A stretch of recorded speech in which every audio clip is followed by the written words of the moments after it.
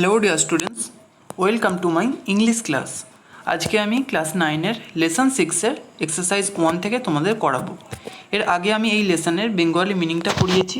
তোমরা যদি সেই ভিডিওটি না দেখে থাকো তাহলে এই ভিডিওর ডেসক্রিপশন বক্সে আমি লিঙ্ক দিয়ে দেবো, সেখান থেকে তোমরা দেখে নিতে পারবে। তো চলো শুরু করা যাক। Exercise 1, tick the correct answer from the given alternatives. Tick the correct answer, সঠিক উত্তরটিতে ঠিক চিহ্ন দাও। ফ্রম দ্য গিভেন অল্টারনেটিভস, নিচের দেওয়া বিকল্পগুলির মধ্য থেকে। 1. The mist was upon the. The mist ওয়াজ মানে কুয়াশা ছিল, আপন দ্য কিসের ওপর? গ্রাস ঘাসের ওপর, রুফ ছাদের ওপর, হিল পর্বতের ওপর, নাকি লিফ পাতার ওপর? এখানে রাইট অ্যান্সার হবে হিল পর্বতের ওপর। 2. The sorrow of the day is described as. The sorrow of the day, দিনটির দুঃখ, ইজ ডেসক্রাইবড মানে বর্ণনা করা হয়েছে, অ্যাজ হিসেবে। কি হিসেবে? সাইলেন্ট নিস্তব্ধ, টেরিবেল ভয়ঙ্কর, ওভারওয়েলমিং মানে অভিভূতকারী, নাকি লিটিল ছোট? এখানে রাইট অ্যান্সার হবে সাইলেন্ট মানে নিস্তব্ধ। 3. The hall door mentioned in the poem is. The hall door, হল ঘরের দরজাটি মেনশনড ইন দ্য পোয়েম যেটা কবিতায় উল্লেখ করা হয়েছে, ইজ হয় নিউ মানে নতুন, লার্জ বড়, ব্রোকেন মানে ভাঙা, নাকি ওল্ড পুরনো? এখানে রাইট অ্যান্সার হবে ওল্ড মানে পুরনো। 4. The poet watches the cloudy. The poet watches, কবি লক্ষ্য করেন, দ্য ক্লাউডি মানে মেঘাচ্ছন্ন, মর্নিং সকাল, ইভিনিং সন্ধ্যা, আফটারনুন বিকাল, নাকি নাইট রাত্রি? এখানে রাইট অ্যান্সার হবে ইভিনিং মানে সন্ধ্যা। 5. The colour of the mist is. The colour of the mist মানে কুয়াশার রং, ইজ হয় গ্রে মানে ধূসর, হোয়াইট মানে সাদা, ইয়েলো মানে হলুদ, নাকি ব্লু নীল? এখানে রাইট অ্যান্সার হবে ব্লু মানে নীল। 6. The damp stands on the. The damp, damp মানে কুয়াশা পড়ার পর যে ভিজে ভাব তৈরি হয় তাকে বলা হচ্ছে ড্যাম্প। দ্য ড্যাম্প স্ট্যান্ডস, ভিজে ভাব থাকে, অন দ্য ওয়াল মানে দেয়ালের ওপর, ফ্লোর মেঝের ওপর, বুশ ঝোপঝাড়ের ওপর, নাকি গ্রাস ঘাসের ওপর? এখানে রাইট অ্যান্সার হবে গ্রাস মানে ঘাসের ওপর। Exercise 2, answer the following questions within 25 words.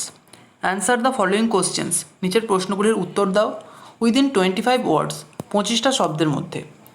1. Where does the poet see herself when she thinks of her childhood. Where does the poet see herself, কোথায় কবি নিজেকে দেখেন, হোয়েন হি থিঙ্কস যখন তিনি ভাবেন, অফ হার চাইল্ডহুড তার ছেলেবেলার কথা। When the poet thinks of her childhood she sees herself near the old hall door of her father's house. When the poet thinks of her childhood, যখন কবি নিজের ছেলেবেলার কথা ভাবেন, সিজ হারসেলফ তিনি নিজেকে দেখেন, নিয়ার দ্য ওল্ড হল ডোর পুরনো হলঘরের দরজার কাছে, অফ হার ফাদার্স হাউস তার বাবার বাড়ির। 2. What did the poet watch on the cloudy evening. What did the poet watch, কবি কী দেখেছিলেন, অন দ্য ক্লাউডি ইভিনিং মেঘাচ্ছন্ন সন্ধ্যায়।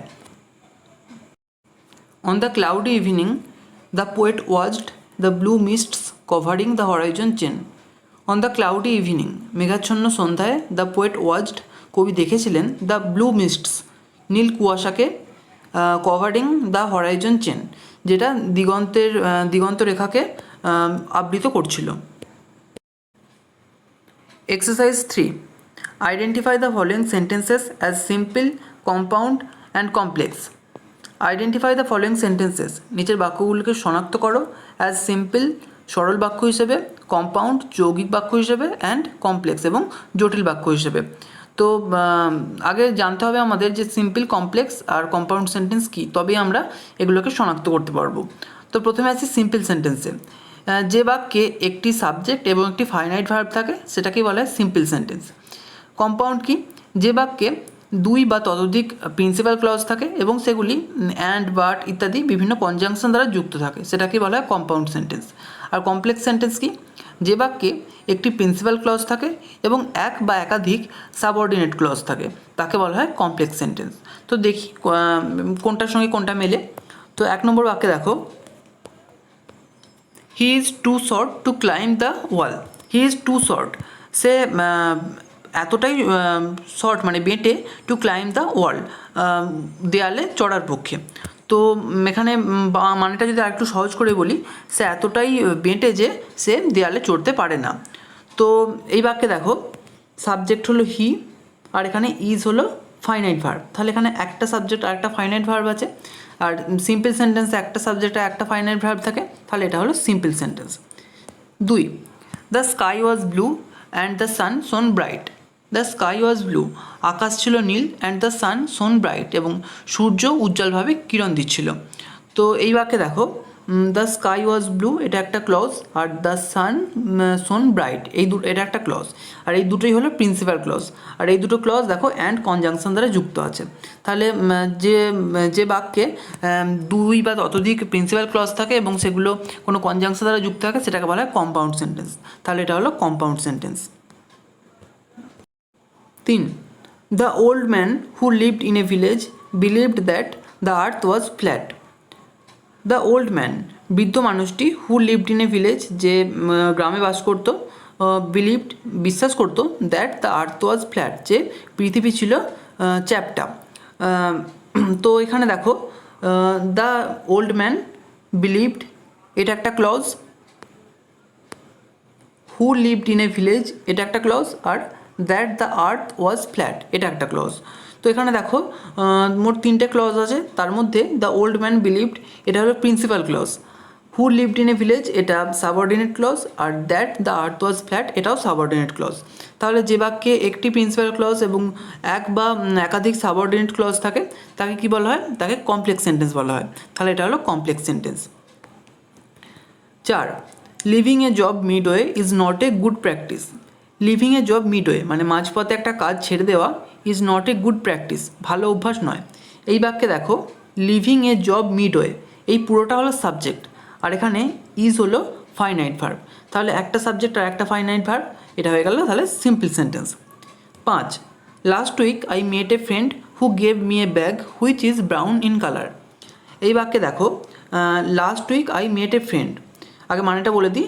লাস্ট উইক মানে গত সপ্তাহে, আই মেট এ ফ্রেন্ড আমি একটা বন্ধুর সঙ্গে সাক্ষাৎ করেছিলাম, হু গেভ মি এ ব্যাগ যে আমাকে একটা ব্যাগ দিয়েছিল, which is brown in colour যেটা রং ছিল বাদামি, যেটা রং হলো বাদামি। আচ্ছা, এই বাক্যে last week I met a friend এটা একটা clause, who gave me a bag এটা একটা ক্লজ, আর which is brown in colour এটা একটা ক্লজ। তো মোট 3টে ক্লজ আছে এই বাক্যে। তার মধ্যে last week I met a friend এটা হলো principal clause, who gave me a bag এটা সাবঅর্ডিনেট ক্লজ, আর which is brown in colour এটাও সাবঅর্ডিনেট ক্লজ। তাহলে একটা প্রিন্সিপাল ক্লজ আর দুটো সাবঅর্ডিনেট ক্লজ, তাহলে এই বাক্যটা হয়ে গেল complex sentence. Exercise 4, do as directed, করো যেমনটা নির্দেশ দেওয়া হয়েছে। তো 1 নম্বর কি আছে দেখো, the question was so easy that everyone could answer it. The question was so easy, প্রশ্নটা এত সহজ ছিল, দ্যাট যে এভরিওয়ান কুড অ্যান্সার ইট প্রত্যেকে এটার উত্তর করতে পারতো। তো এরা কি বলেছে, change into a simple sentence, একটা সিম্পল সেন্টেন্স করতে বলেছে। তো এই বাক্যটা কিসে আছে, এটা দেখো কমপ্লেক্স সেন্টেন্সে আছে। তো এটাকে সিম্পল কীভাবে করব, the question was too easy to answer. The question was too easy, প্রশ্নটা ছিল খুব সহজ, টু অ্যান্সার উত্তর দেওয়ার পক্ষে। মানে এখানে দেখো, সিম্পল সেন্টেন্স করতে হলে কী করতে হবে, সিম্পল সেন্টেন্সের গঠন আমরা জানি, একটা সাবজেক্ট থাকবে আর একটা ফাইনাইট ভার্ব। তো এখানে দেখো, দ্য কোশ্চেন সাবজেক্ট আর ওয়াজ হলো ফাইনাইট ভার্ব, কিন্তু মানের কোনো পরিবর্তন হয়নি। 2, a friend in need is a friend indeed. A friend in need একজন বন্ধু প্রয়োজনে, ইজ এ ফ্রেন্ড একজন বন্ধু হয়, ইনডিড প্রকৃতপক্ষে, মানে প্রয়োজনের বন্ধুই হলো প্রকৃতপক্ষে বন্ধু। তো এটা কি বলেছে, change into a complex sentence, একটা কমপ্লেক্স সেন্টেন্স করতে বলেছে। তো এখানে এটা দেখো সিম্পল সেন্টেন্সে আছে, কারণ এ ফ্রেন্ড ইন নিড এটা হলো সাবজেক্ট আর ইজটা হলো ফাইনাইট ভার্ব। তো এটাকে আমাদের কমপ্লেক্স সেন্টেন্স করতে হবে। এ friend who is in need is a friend indeed. A friend একজন বন্ধু, হু ইজ ইন নিড যে প্রয়োজনে থাকে, ইজ এ ফ্রেন্ড একজন বন্ধু হয়, ইনডিড প্রকৃতপক্ষে। 3, pollution is one of the most severe threats to our beautiful planet. Pollution মানে দূষণ is one of the most severe threats, অন্যতম একটা তীব্র হুমকি টু আওয়ার বিউটিফুল প্ল্যানেট, আমাদের সুন্দর গ্রহে। চেঞ্জ ইন্টু এ কম্পাউন্ড সেন্টেন্স, এটাকে কম্পাউন্ড সেন্টেন্স করতে বলেছে। তো কম্পাউন্ড সেন্টেন্স করতে হলে কী করতে হবে, এই বাক্যটাকে আমাদের দুটো প্রিন্সিপাল ক্লজ ভাঙতে হবে এবং সেটাকে কোনো একটি কনজাংশন দ্বারা যুক্ত করতে হবে। Our planet is beautiful but pollution is one of the severe threats to it. Our planet is beautiful, আমাদের গ্রহ হলো সুন্দর, বাট কিন্তু pollution is one of the severe threats to it, কিন্তু দূষণ এটার অন্যতম তীব্র একটা হুমকি। 4. ডু অর ডাই, করো অথবা মরো। Change into a complex sentence, এটাকে একটা কমপ্লেক্স সেন্টেন্স করতে হবে। If you do you will not die. If you do, যদি তুমি করো, ইউ উইল নট ডাই, তুমি মরবে না। কমপ্লেক্স সেন্টেন্স করার জন্য এটাকে আমরা একটা প্রিন্সিপাল ক্লজ এবং একটা সাবঅর্ডিনেট ক্লজে ভেঙেছি। 5. He was confused and stopped working.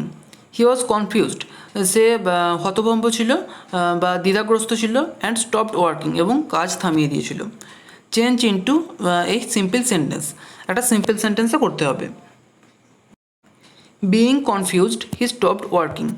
Being confused, দ্বিধাগ্রস্ত হয়ে, হি স্টপড ওয়ার্কিং, সে কাজ থামিয়ে দিয়েছিল। সিম্পল সেন্টেন্স করার জন্য এখানে আমরা একটা সাবজেক্ট রেখেছি এবং একটা ফাইনাইট ভার্ব রেখেছি। এখানে হি হলো সাবজেক্ট আর স্টপড হলো finite verb. Exercise 5. Write a letter within 100 words to the headmaster or headmistress of your school seeking leave of 2 days for the purpose of attending the marriage ceremony of your elder sister. Write a letter, একটা চিঠি লেখো, within 100 words, 100টি শব্দের মধ্যে, to the headmaster or headmistress, প্রধান শিক্ষক অথবা প্রধান শিক্ষিকাকে, of your school, তোমার বিদ্যালয়ের, seeking leave, ছুটি প্রার্থনা করে, of 2 days, 2 দিনের জন্য, for the purpose of attending the marriage ceremony of your elder sister. Elder sister মানে বড় বোন, তোমার বড় বোনের বিবাহের অনুষ্ঠানে যোগদানের উদ্দেশ্যে 2 দিনের ছুটি চেয়ে তুমি তোমার স্কুলের প্রধান শিক্ষক অথবা শিক্ষিকাকে একটা চিঠি লেখো 100টা শব্দের মধ্যে। এটা যেহেতু স্কুলের প্রধানকে চিঠি, তাই এটা একটা ফর্মাল লেটার।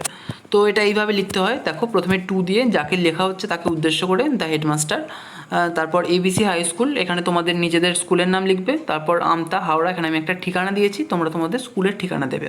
তারপর সাবজেক্ট লিভ অফ অ্যাবসেন্স, ছুটির জন্য আবেদন। তারপর রেসপেক্টেড স্যার বলে আমি শুরু করেছি। With due respect I Bhaskar পাল, শ্রদ্ধার সঙ্গে আমি ভাস্কর পাল, এ স্টুডেন্ট অফ ক্লাস 9, একজন নবম শ্রেণীর ছাত্র, অফ ইয়োর স্কুল, আপনার বিদ্যালয়ের। Would like to let you know, আপনাকে জানাতে চাই, দ্যাট যে, I will not be able, আমি সক্ষম হব না, টু কাম টু স্কুল, বিদ্যালয়ে আসতে, from 26th to 28th December, 26 থেকে 28শে ডিসেম্বর পর্যন্ত। এখানে আমি 3 দিনের ডেট দিয়ে ফেলেছি ভুল করে, তোমাদের ওখানে 2 দিনের ডেটের কথা বলা হয়েছে, তো তোমরা এখানে 26 আর 27 দিয়ে দেবো, বা যে কোনো দুটো ডেট দিয়ে দিও, 3টে দিও না। My elder sister's marriage ceremony is going to be held on this dates. My elder sister's marriage ceremony, আমার বড় বোনের বিবাহের অনুষ্ঠান, is going to be held মানে অনুষ্ঠিত হতে চলেছে, অন দিস ডেটস এই তারিখগুলিতে। দ্যাটস ওয়াই, সেই কারণে, আই উইল বি বিজি, আমি ব্যস্ত থাকবো, অন দিস ডেটস এই তারিখগুলিতে। For this I pray you, এই জন্য আমি আপনার কাছে প্রার্থনা জানাচ্ছি, টু গ্র্যান্ট মি লিভ, আমাকে ছুটি মঞ্জুর করার জন্য, ইন দিস ডেজ এই দিনগুলিতে। তারপরে ডান দিকে নিচে ইয়োর্স ফেথফুলি বলে তোমাদের নাম লিখবে, ক্লাস, সেকশান আর রোল নম্বর লিখবে, আর বাঁদিকে রাইটার্স অ্যাড্রেস মানে যে লিখছে অর্থাৎ তোমার ঠিকানা লিখবে, আর ডেট লিখবে যেদিন লিখছো। Exercise 6. Suppose you had brought a book from a book store. Suppose, ধরো, you had brought a book, তুমি একটা বই কিনেছিলে, ফ্রম এ বুক স্টোর, একটা বইয়ের দোকান থেকে। By mistake you left it there instead of bringing it back with you. By mistake মানে ভুলবশত, ইউ লেফট ইট দেয়ার, তুমি সেটাকে সেখানে ফেলে গিয়েছো, instead of bringing it back with you, এটাকে তোমার সঙ্গে নিয়ে আসার পরিবর্তে। Providing details of the book and its author, বইটির লেখক এবং অন্যান্য তথ্য দিয়ে, রাইট এ লেটার, একটা চিঠি লেখো, উইদিন 100 ওয়ার্ডস, 100টা শব্দের মধ্যে, two the owner of the store, দোকানের মালিককে, টু ফাইন্ড দ্য বুক, বইটা খুঁজতে, অ্যান্ড কিপ ইট, এবং সেটাকে রাখতে, until you come to collect it, যতক্ষণ না তুমি এসে সেটাকে সংগ্রহ করো। To the owner, Kalyani book store, এখানে আমি একটা বইয়ের দোকানের নাম দিয়েছি, তারপর ঠিকানা কলেজ স্ট্রিট কলকাতা। তারপর সাবজেক্ট এ বুক mistakenly left behind after purchase. এ বুক একটা বই মিস্টেকেনলি লেফট বিহাইন্ড মানে ভুলবশত ফেলে যাওয়া হয়েছে আফটার পারচেস কেনার পর। তারপর স্যার বলে আমি শুরু করেছি দেখো, with due respect I Bhaskar Pal would like to let you know that I have been a customer of your book shop for a long time. With due respect শ্রদ্ধার সঙ্গে, আই ভাস্কর পাল আমি Bhaskar Pal, would like to let you know আপনাকে জানাতে চাই that যে, I have been a customer of your book shop আমি আপনার বইয়ের দোকানের একজন ক্রেতা, ফর এ লং টাইম একটা দীর্ঘ সময় ধরে। টুডে আজকে, আই হ্যাভ পারচেজড এ বুক একটা বই আমি কিনেছি, ফ্রম ইয়োর শপ আপনার দোকান থেকে, এন্টাইটেলড গল্পকথা যার নাম হলো গল্পকথা, রিটেন বাই একে সেন যার লেখক হলো A K Sen, at a rate of রেজ 300 300 টাকা দামে। But by mistake I left the book at your shop. But কিন্তু বাই মিস্টেক মানে ভুলবশত, আই লেফট দ্য বুক আমি বইটা ফেলে গিয়েছি, অ্যাট ইয়োর শপ আপনার দোকানে। আফটার রিটার্নিং ব্যাক হোম বাড়ি ফিরে আসার পর, আই নোটিস ইট আমি এটাকে লক্ষ্য করি। সো আই রিকোয়েস্ট ইউ সুতরাং আমি আপনাকে অনুরোধ করছি, টু কিপ দ্য বুক বইটাকে রাখতে, ইন ইয়োর পজিশন আপনার দায়িত্বে। I will come and collect it soon. I will come আমি আসবো, অ্যান্ড কালেক্ট ইট সুন এবং শীঘ্রই এটাকে সংগ্রহ করব। I shall be looking forward to your kind help আমি আপনার সদয় সাহায্যের দিকে তাকিয়ে থাকবো। তারপর নিচে ডান দিকে ইয়ার্স ফেথফুলি বলে তোমাদের নাম দেবে, আর এদিকে বাঁদিকে রাইটার্স অ্যাড্রেস আর ডেট। এখানেই অ্যাক্টিভিটিগুলো শেষ হলো। তো ভিডিওটা তোমাদের কেমন লাগলো আমাকে কমেন্ট করে জানিও, যদি ভালো লাগে একটা লাইক করো, আর অবশ্যই চ্যানেলটিকে সাবস্ক্রাইব করে বেল আইকনটিকে অল করে রেখো, যাতে আমাদের আগামী সমস্ত ভিডিওর নোটিফিকেশানগুলো তোমরা পেতে পারো। Thank you.